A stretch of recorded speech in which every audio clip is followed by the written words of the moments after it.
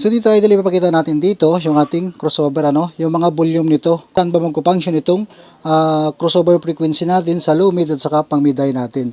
So ang ginagamit natin ditong crossover, ayan, 234.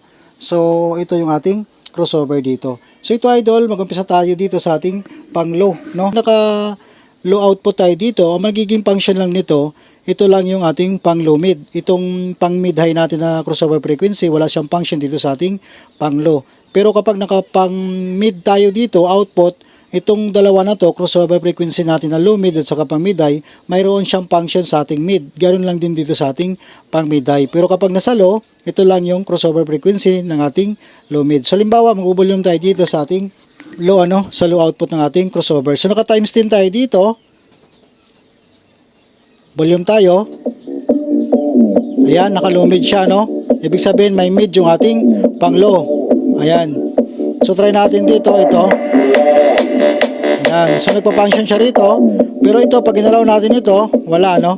Wala siyang function yung ating pang mid high crossover frequency dito.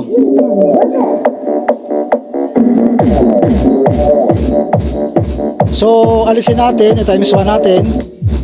Ayan. So, ayan.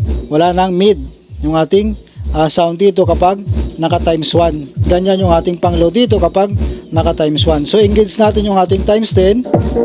Ayan. So lipat tayo ngayon idol sa ating pang mid. Dito tayo ngayon sa ating pang mid. So dapat yung output nito ililipat natin sa ating pang mid output para mag-function yung ating mid out. Ayan. So ngayon dito tayo mag-volume sa ating pang mid. Ayan.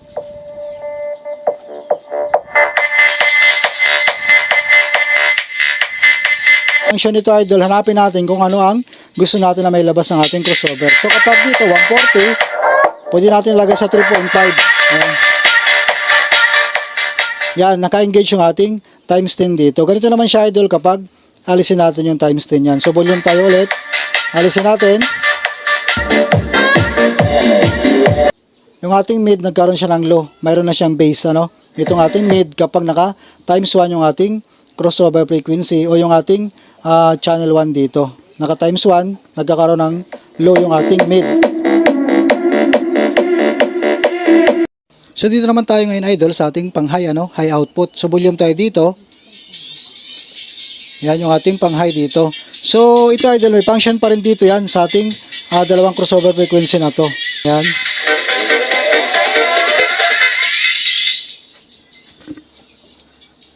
So, naging manipis siya kapag ganito, naka 3.5.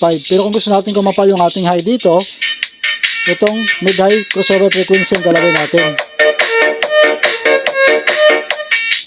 Ito, nagpa-function itong dalawang crossover frequency. Kapag ito times 10 natin yan, ayan.